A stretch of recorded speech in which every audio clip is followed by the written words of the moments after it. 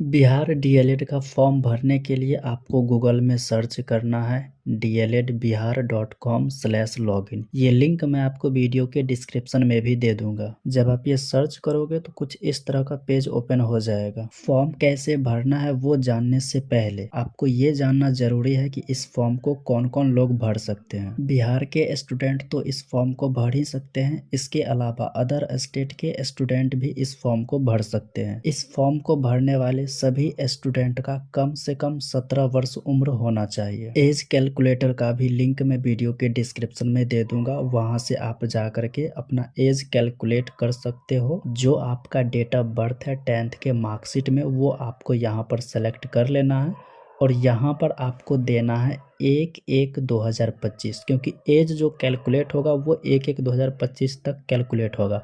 तो यहाँ पर 1/1/2025 देना है और यहाँ पे डेट ऑफ बर्थ देना है। तो ये देने के बाद जब आप एज कैलकुलेट पे क्लिक करोगे तो यहाँ से आपको बता देगा आपका एज कितना हुआ है। तो जिनका भी एज 17 साल या उससे ऊपर है वही लोग इस फॉर्म को भर सकते हैं। अब है शैक्षणिक योग्यता यानी कि एजुकेशन क्वालिफिकेशन। जो विद्यार्थी 12th पास मिनिमम 50% मार्क्स के साथ पास कर चुके हैं वह तो इस फॉर्म को भर ही सकते हैं। साथ ही जो विद्यार्थी 2025 में इंटर का फाइनल एग्जाम देंगे वह भी इस फॉर्म को भर सकते हैं, और जो विद्यार्थी 26 या 27 में इंटर का एग्जाम देंगे वह विद्यार्थी इस फॉर्म को नहीं भर सकते हैं। तो अब आप यहाँ पर समझ गए होंगे इस फॉर्म को कौन कौन स्टूडेंट भर सकते हैं। तो चलिए अब मैं आपको लाइव बताता हूँ इस फॉर्म को कैसे फिलअप करना है। तो सबसे पहले यहाँ पर आपको रजिस्टर न्यू कैंडिडेट पे क्लिक करना है। उसके बाद इस साइन अप फॉर्म को अच्छे से फिलअप करना है। यहाँ पर कैपिटल लेटर में अपना नाम देना है 10th के मार्कशीट के अनुसार। उसके बाद कन्फर्म नेम में भी आपको सेम दोबारा अपना नाम लिख देना है कैपिटल लेटर में। उसके बाद ईमेल आईडी देना है। उसके बाद मोबाइल नंबर देना है। जो मोबाइल नंबर यहाँ पर आप दीजिएगा उस नंबर पे ओटीपी जाएगा। उसके बाद यहाँ पर पासवर्ड देना है। तो पासवर्ड आपका किस फॉर्मेट में रहेगा, फॉर एग्जाम्पल abc@1234, इस फॉर्मेट में आपको यहाँ पर पासवर्ड देना है। फिर कंफर्म पासवर्ड में भी आपको री इंटर दोबारा से वही पासवर्ड देना है जो आपने ऊपर दिया है। ये सारी डिटेल्स फिलअप करने के बाद आपको रजिस्टर पर क्लिक करना है। जो मोबाइल नंबर आपने यहाँ पे दिया है इस पे एक ओटीपी जाएगा। ओटीपी 6 डिजिट का होगा। तो ओटीपी देने के बाद आपको रजिस्टर पर क्लिक करना है। यहाँ से आपका सक्सेसफुल रजिस्ट्रेशन हो जाएगा। पहला स्टेप यहाँ पर रजिस्ट्रेशन का आपका कंप्लीट हो गया है। अब यहाँ पर आपको लॉगिन करना है। तो लॉगिन करने के लिए जो आपने मोबाइल नंबर और पासवर्ड दिया है वो यहाँ पर दे करके और लॉगिन पर आपको क्लिक करना है।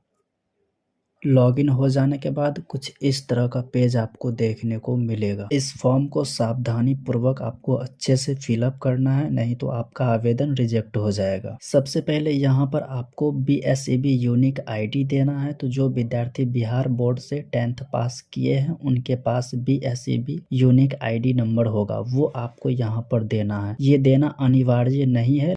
उसके बाद यहाँ पर आपको सेलेक्ट डिस्ट्रिक्ट में अपना डिस्ट्रिक्ट सेलेक्ट कर लेना है। जो स्टूडेंट अदर स्टेट से हैं तो वो सेलेक्ट डिस्ट्रिक्ट में अदर स्टेट सेलेक्ट कर लेंगे। तो बिहार के स्टूडेंट यहाँ से अपना डिस्ट्रिक्ट सेलेक्ट कर लेंगे।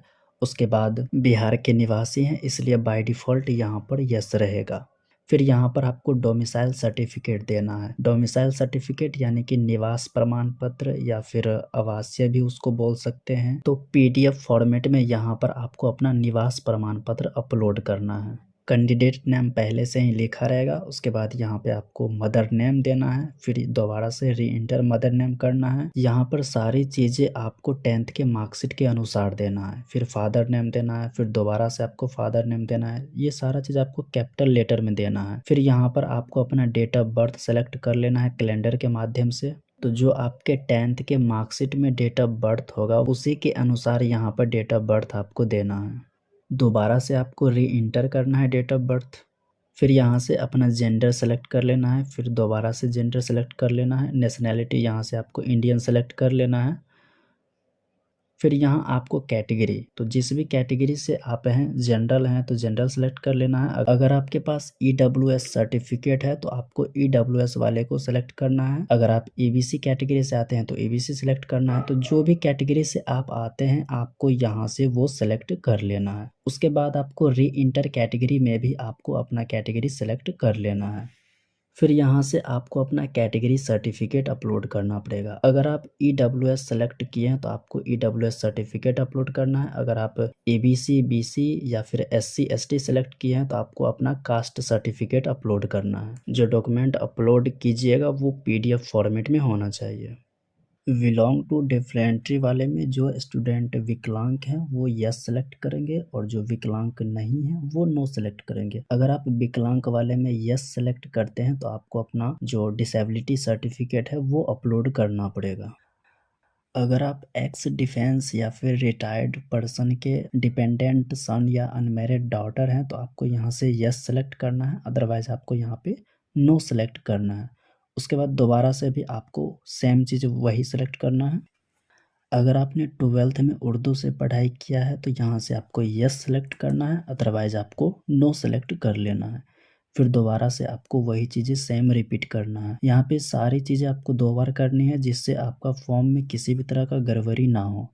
फिर यहाँ पे पूछा जा रहा है कि आपने कौन से स्ट्रीम से 12th किया है या फिर कर रहे हैं। अगर आप 12th पास हैं तो कौन से सब्जेक्ट से 12th पास किए हैं, या फिर आप प्रेजेंट में 12th कर रहे हैं तो कौन से सब्जेक्ट से आप 12th कर रहे हैं वो आपको यहाँ से सेलेक्ट कर लेना है। अगर आप इंटर का एग्ज़ाम पास कर चुके हैं तो आपको यहाँ से यस पे क्लिक करना है। तो जिसके बाद आपको 10th और 12th दोनों का डिटेल्स देना पड़ेगा। और अगर आप इंटर पास नहीं किए हैं तो आपको नो पे क्लिक करना है और फिर 2025 में आप इंटर का एग्ज़ाम देंगे तो इसके लिए आपको यस पे क्लिक करना है। जिसके बाद सिर्फ आपको 10th का ही डिटेल्स यहाँ पर देना होगा। किस बोर्ड से आपने 10th पास किया है उस बोर्ड का नाम देना है, फिर रोल कोड देना है, रोल नंबर देना है, पासिंग ईयर कौन सा है मैट्रिक का वो आपको यहाँ से सेलेक्ट कर लेना है। उसके बाद कितना नंबर आपको मैट्रिक में आया है वो आपको यहाँ पर देना है। उसके बाद डिवीज़न कौन सा है, फिर कितना परसेंटेज है, वो सारी चीज़ें आपको यहाँ पर देना है। और उसी तरह से आपको इंटर का भी पूरा डिटेल्स यहाँ पर दे देना है। बहुत से स्टूडेंट को यहाँ पर मार्कशीट अपलोड करने में प्रॉब्लम हो रहा होगा, तो कैसे अपलोड करना है वो मैं आपको डिटेल्स में यहाँ पर बता देता हूँ। जैसा कि यहाँ पर दिया हुआ है कि PDF फाइल 500 KB के अंदर का होना चाहिए तो ही अपलोड होगा, लेकिन अगर आप 500 KB के अंदर का भी फाइल देते हैं तो भी ये अपलोड नहीं हो पाएगा। मैं आपको यहाँ पे लाइव दिखा देता हूँ।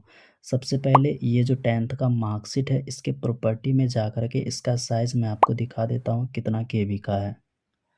फाइल साइज़ 290 KB के आसपास का है, फिर भी ये अपलोड नहीं हो रहा है। और यहाँ पर देखिए लिख रहा है कि file size must be less than 500 KB, जबकि मैं 290 KB के आसपास का दे रहा हूँ फिर भी अपलोड नहीं हो रहा है। तो यहाँ पर मैं आपको बता दूँ कि जो PDF फाइल आपको अपलोड करना है वो 200 KB के अंदर का होना चाहिए। यहीं पर मैं आपको सेम फाइल अपलोड करके दिखाता हूँ। प्रॉपर्टी में सबसे पहले इसका साइज़ आप देख लीजिए 184 KB का है, यानी कि 200 KB से कम का है।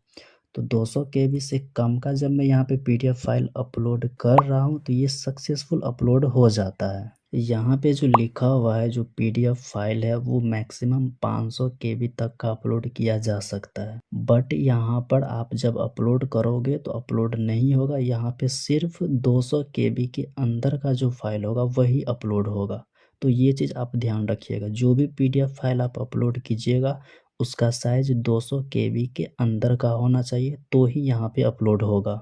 इंटर का मार्कशीट भी मैं यहाँ पे अपलोड करने से पहले प्रॉपर्टी आपको दिखा देता हूँ। इसका भी साइज़ देखिए 300 KB के करीब है। तो जब मैं इसको अपलोड करूँगा तो ये वाला भी अपलोड नहीं होगा। यहाँ पे भी एरर देगा कि 500 KB के अंदर का होना चाहिए, जबकि यह जो है 300 KB का है फिर भी अपलोड नहीं हो रहा है। तो जो भी PDF फाइल आप अपलोड कर रहे हैं उसको आप 200 KB के अंदर कंप्रेस कर लीजिए और फिर अपलोड कीजिए तो वो सक्सेसफुल अपलोड हो जाएगा। तो यहाँ पे देखिए वही सेम फाइल को मैं कंप्रेस कर रहा हूँ, तो इसको मैं 200 KB के अंदर कर लिया हूँ।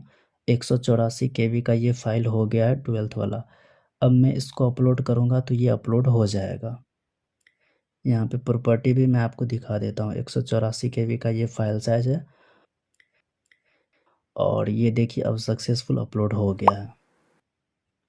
तो पीडीएफ फाइल में जो भी डॉक्यूमेंट आपको अपलोड करना है, निवास प्रमाण पत्र हो या कास्ट सर्टिफिकेट हो या फिर विकलांग सर्टिफिकेट हो, जो भी डॉक्यूमेंट आप पीडीएफ फाइल में यहाँ पे अपलोड कर रहे हैं, वो सारे डॉक्यूमेंट का साइज 200 केबी के अंदर आप रखिएगा तो ही वो सक्सेसफुल अपलोड हो पाएगा। डॉक्यूमेंट अपलोड करने के बाद यहाँ पे एड्रेस पूरा फिलअप करना है। तो सबसे पहले आपको पिन कोड, फिर स्टेट, फिर डिस्ट्रिक्ट, ये देने के बाद जो भी एड्रेस बच रहा है वो पूरा डिटेल्स में आपको वहाँ पर लिख देना है।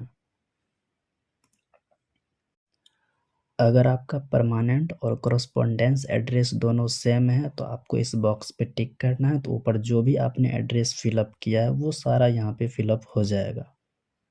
उसके बाद सबसे नीचे आना है और यहाँ पर आधार नंबर देना है। अगर आपके पास आधार नंबर नहीं है तो यहाँ जो डिक्लेरेशन है, आधार डिक्लेरेशन, इस पे आप क्लिक कीजिएगा तो आपको आधार नंबर नहीं देना पड़ेगा।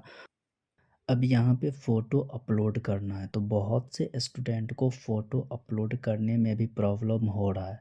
तो यहाँ पर मैं आपको बता दूँ कि जो फ़ोटो है वो आपको लेटेस्ट फ़ोटो अपलोड करना है, जिसका साइज़ यहाँ पे दिया हुआ है 3.5 सेंटीमीटर और 4.5 सेंटीमीटर हाइट और वेट के साथ होना चाहिए। और फ़ोटो का जो बैकग्राउंड है वो वाइट होना चाहिए।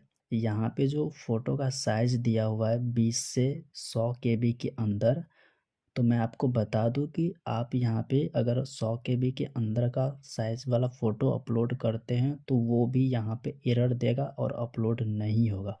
तो फ़ोटो का जो साइज़ आप रखिएगा वो 20 से 50 केबी के अंदर का रखिएगा तो सक्सेसफुल अपलोड हो जाएगा। अगर आप 50 से ऊपर केबी का देते हैं तो वो अपलोड नहीं हो पाएगा। यहाँ पे लिखा हुआ है 20 से 100 केबी के अंदर, लेकिन अपलोड आप कीजिएगा तो वो सिर्फ 20 से 50 केबी के अंदर का ही फ़ोटो सक्सेसफुल अपलोड यहाँ पे हो पाएगा। तो ये चीज़ आप ध्यान रखिएगा। यहाँ भी मैं आपको लाइव फ़ोटो अपलोड करके दिखा देता हूँ क्या एरर होता है। तो देखिए यहाँ पे जब मैं फ़ोटो सेलेक्ट कर रहा हूँ तो यहाँ पे देखिए फ़ोटो का साइज़ दिखा रहा है 73 केबी का है। 100 केबी के अंदर का है, फिर भी यह फ़ोटो अपलोड नहीं हो रहा है। तो जैसा कि मैंने आपको शुरू में ही बोल दिया कि यहाँ जो फ़ोटो अपलोड होगा उसका साइज़ 20 से 50 केबी का रहेगा तो ही अपलोड हो पाएगा। तो गूगल पे बहुत सारे ऐसे वेबसाइट हैं जो आपके इमेज को कंप्रेस कर देगा, तो वहाँ से आपको 20 से 50 केबी के अंदर फाइल रखना है और साथ ही उसका जो डायमेंशन है वो 3.5 और 4.5 सेंटीमीटर रखना है। अगर आप इससे भी कम बेस करते हैं तो फिर वो अपलोड नहीं हो पाएगा। तो डायमेंशन और केबी ये दोनों चीज़ आप ध्यान में रखिएगा तो ही यहाँ पे फ़ोटो अपलोड हो पाएगा। तो देखिए दोबारा से मैं वो फ़ोटो अपलोड कर रहा हूँ, 35 केबी का है और जो डायमेंशन है वो भी सही है। तो अब ये देखिए सक्सेसफुल अपलोड हो जाएगा। अब सेम वही चीज़ सिग्नेचर में भी है। सिग्नेचर का जो साइज़ है वो 10 से 20 केबी के अंदर का होगा तो ही अपलोड होगा। अगर आप सोचिएगा कि 10 से लेकर के 50 केबी तक का फ़ाइल आप अपलोड कर सकते हो तो 50 केबी तक ये अपलोड नहीं लेगा। ये सिर्फ 10 से 20 केबी के अंदर का ही फ़ाइल यहाँ पे अपलोड लेगा। तो ये चीज़ आप प्रैक्टिकली मैं आपको यहाँ पे दिखा रहा हूँ। जो सिग्नेचर का साइज़ है 28 केबी का है, फिर भी अपलोड नहीं हो रहा है। अब इसी सिग्नेचर को मैं कंप्रेस करके 10 से 20 केबी के बीच कर दूंगा तो ये सक्सेसफुल अपलोड हो जाएगा।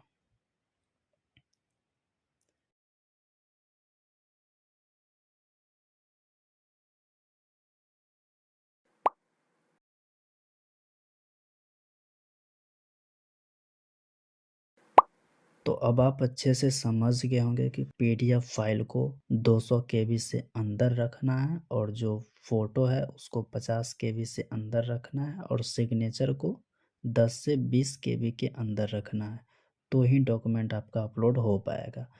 तो जब आप सारा प्रोसेस अच्छे से कर लीजिएगा तो आप एक बार पूरा डिटेल्स जो है सो मिला लीजिएगा, 10th के सर्टिफिकेट के अनुसार होना चाहिए। पूरा फॉर्म फिलअप करने के बाद आपको सेव वाले बटन पे क्लिक करना है। तो यहाँ पे आपको पॉपअप मैसेज देखने को मिल जाएगा, एप्लीकेशन सबमिट सक्सेसफुल। तो ये फॉर्म सक्सेसफुल सबमिट हो गया है। अब नेक्स्ट स्टेप है पेमेंट करना है। तो पेमेंट करने से पहले जो भी डिटेल्स है उसको आप एडिट कर सकते हैं अगर किसी तरह का गलती है तो। जब आप एक बार पेमेंट कर दीजिएगा तो आप किसी भी तरह का एडिटिंग इस फॉर्म में नहीं कर सकते हैं। तो ये चीज़ आपको ध्यान में रखना है। तो पेमेंट करने के लिए आपको डाउनलोड रजिस्ट्रेशन फॉर्म पे क्लिक करना है। यहाँ पर फिर से आपको पूरा प्रीव्यू मिल जाएगा, तो आपको अच्छे से सारा डिटेल्स मिला लेना है। सारा डिटेल्स सही होगा तो उसके बाद आपको पे पे क्लिक करना है। उसके बाद पे व्यू सब पैसा वाले बटन पे क्लिक करना है। उसके बाद पेमेंट गेटवे वाला पेज ओपन हो जाएगा। तो यहाँ से आपके पास बहुत सारे ऑप्शन मिल जाएंगे, जिस भी ऑप्शन के माध्यम से हो सके आपको यहाँ से पेमेंट कर देना है। पेमेंट जब आपका सक्सेसफुल कंप्लीट हो जाएगा तो यहाँ से आपको पेमेंट रिसिप्ट को सेव कर लेना है। बहुत बार ऐसा होता है जो सक्सेसफुल पेमेंट हो जाता है फिर भी किसी केस में पेमेंट फेल हो जाता है, तो उस केस में आपको 24 से 48 घंटा वेट करना है। तो वो पेमेंट स्टेटस बाद में फिर अपडेट कर दिया जाता है। एक्नॉलेजमेंट स्लिप पे क्लिक करने के बाद आपको यहाँ पर पेमेंट का डिटेल्स देखने को मिलेगा। उसके बाद आपको डाउनलोड रजिस्ट्रेशन फॉर्म पे क्लिक करना है और यहाँ से फिर आपको प्रिंट पे क्लिक करना है। तो यहाँ से जो आपने फॉर्म सक्सेसफुल सबमिट करा है उसका आपको पीडीएफ फाइल यहाँ से मिल जाएगा। तो इसको आप पीडीएफ को सेव भी कर सकते हैं या फिर प्रिंट आउट निकाल के इसको आप रख सकते हैं। इस वीडियो में मैंने पूरा डिटेल्स में बता दिया है डीएलएड फॉर्म को कैसे फिलअप करना है, कहाँ पे क्या प्रॉब्लम होता है, उसका सॉल्यूशन हर एक चीज़ मैंने डिटेल्स में बता दिया है। फिर भी आपको कोई डाउट है तो आप मुझे इंस्टाग्राम पे मैसेज कीजिए, वहाँ पर जो भी आपके डाउट हैं उसको मैं सॉल्व करूँगा। तो आज की इस वीडियो में इतना ही। अगर आपको वीडियो पसंद आया हो तो वीडियो को लाइक कीजिए, चैनल को सब्सक्राइब कीजिए और इस वीडियो को ज़्यादा से ज़्यादा शेयर कीजिए।